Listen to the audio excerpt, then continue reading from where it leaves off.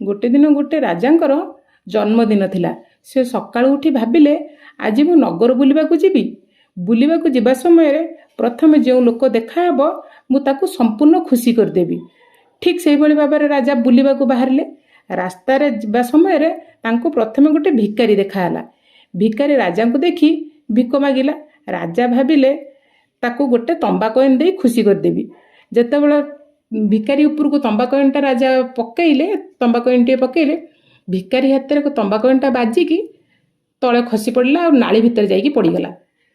भिकारी से तंबा कॉइन को खोजिबाकू नाली भितर हाथ पुरेकी पूरा व्यस्त होइकी खोजिबार लागिला। राजा ताकू देखी भिकारी को पुणी थरे पाखकू डाकिले आउ गोटे ताकू तंबा कॉइन देले। भिकारी तंबा कॉइन को लेकिन खुशी हो गला। ताकू कौन कला पकेट भीतर पुरे देला। पुणी थरे गला आउ थरे नाली भितर हाथ पुरेकी से प्रथम तंबा कॉइन को खोजिबार लागिला। राजा भाविले भिकारी बेचारा बहुत गरीब, से राजा भिकारी को पुणी थरे पाखकू डाकिले आउ एथर रूपा कॉइनटे देले। रूपा कॉइन को देखी राजा पूरा भिकारी पूरा खुशी हो गला। राजांकर जय जय करिबार लागिला। तापर पकेट रे रूपा कॉइनटा को पुरे देला। पुणी थरे गला नाली भितर हाथ पुरेला आउ प्रथम तंबा कॉइन को पुणी खोजिबार लागिला।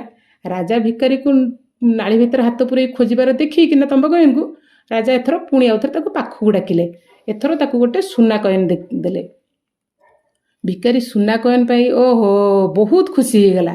खुशी होइके नाचिबार लागिला। राजांकर जय बोली कहिके नाचिबार लागिला।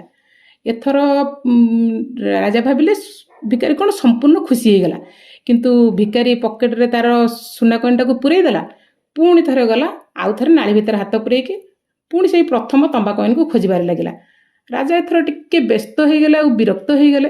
किंतु राजा तो घर बाहरला बेलू कही मु प्रथम लोकटा को संपूर्ण खुशी करदेवी। राजा कौन तांको कथा भांगीदेवे कि से भांगिलेनी। से कौन कले एथर भिकारी के पुणी थरे पाखकू डाकिले।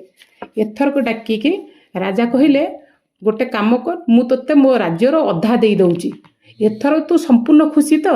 भिकारी कहला मु संपूर्ण खुशी सेतेबेले हेबी जेतेबेले नाली रे पड़िथिबा कॉइन मते मिली जीवो। महाराज मते से नाली रे पड़िथिबा कॉइनटा दरकार। ए गप्परु किछि बुझी पारिले? आपण मानक जीवन रे भी एमती बहुत समय बहुत भिकारी मिलिबे जो मानक तुम माने जेते खुशी करबा को चाहिबो, जेते तमरो समय और अर्थ नष्ट करिवो, तथापि से मानकु केबे खुशी करि परिबो नाही। सेति पई एतिके मने रख सांग माने, केबे भी अजथाटारे सेमिते भिकारी मानक पछरे निजर मूल्यवान समय आ अर्थ को केबे भी नष्ट करो नाही। कारण से मानकु संतुष्ट करिबा स्वयं भगवान